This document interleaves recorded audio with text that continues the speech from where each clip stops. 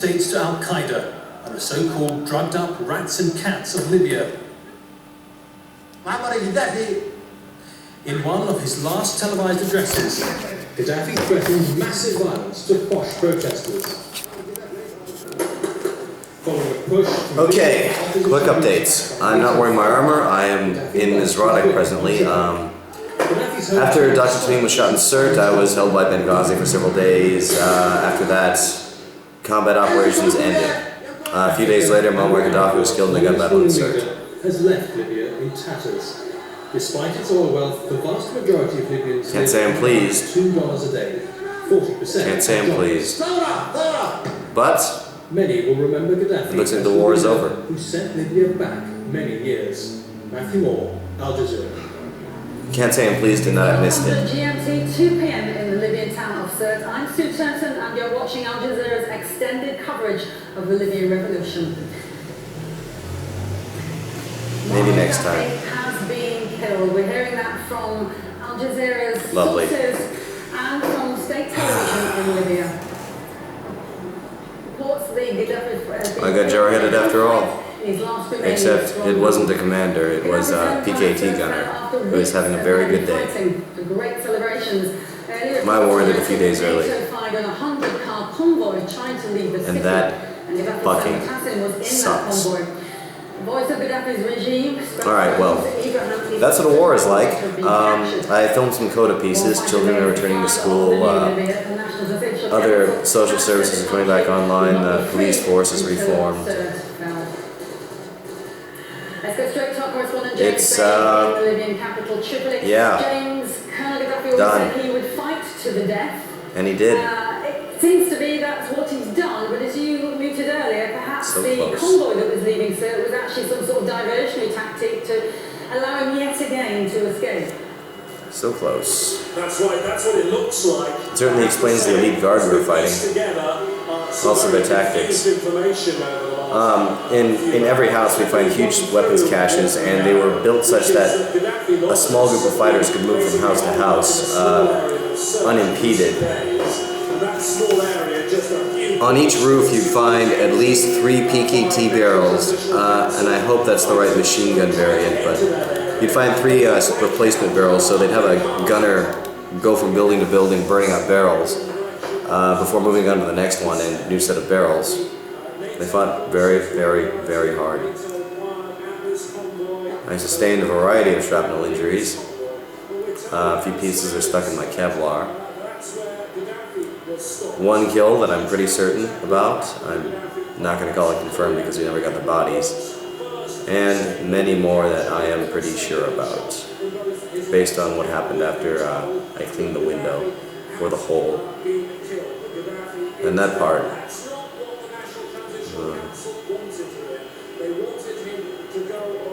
It was what was needed at the time. We were under direct fire by heavy weapons. The videos support this.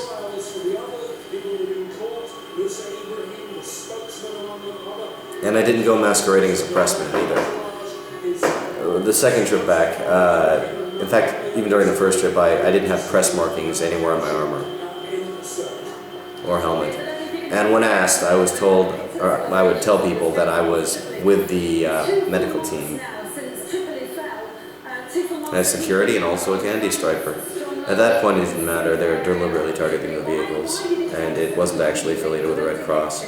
None of the vehicles we traveled in bore the Red Crescent or Red Cross anyway, so it is a non-issue.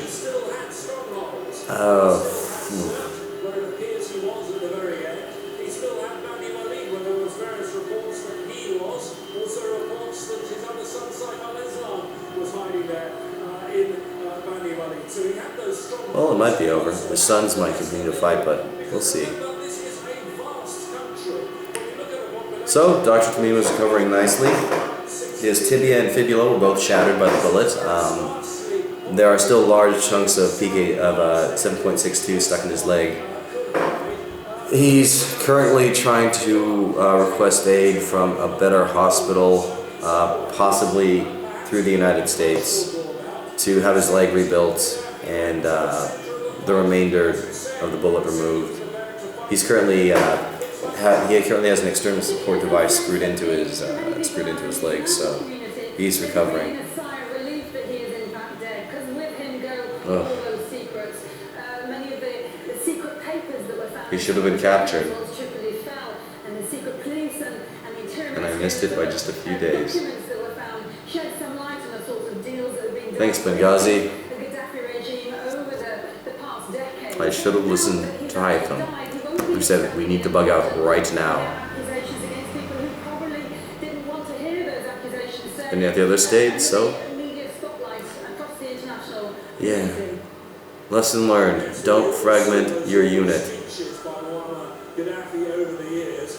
I think it's an understatement to call him a loose cannon when he was speaking publicly. Just imagine what he would have been like in a courtroom if he'd been asked to defend himself.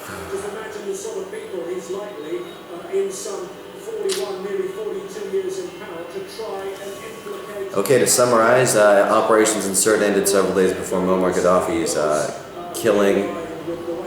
My spotter was shot. Dr. Tamim took a PKT bullet through the leg as we were trying to cross the street to take him out. We were ordered by the forward battlefield commander to do so. We were told a clear shot was available, so we elected to take it. We weren't actually formally in the military command, though we were allied with the Getaib. And a little while later, they got Gaddafi.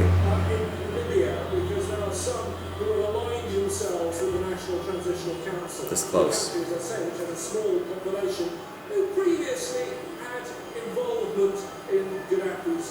Well,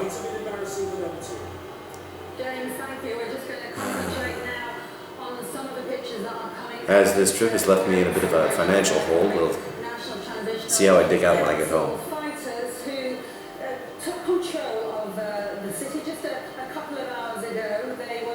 Anyway, hopefully the videos I shot will do a lot of good. Or at the very least, show people what one of these things is really like. Remember, I didn't just film the fighters. I filmed everybody. The journalists, the fighters, the NGOs, and even a few black marketeers. You see fighters from Syria here, Egypt. You also see some of the bravest, nicest people I've ever met. The Libyans.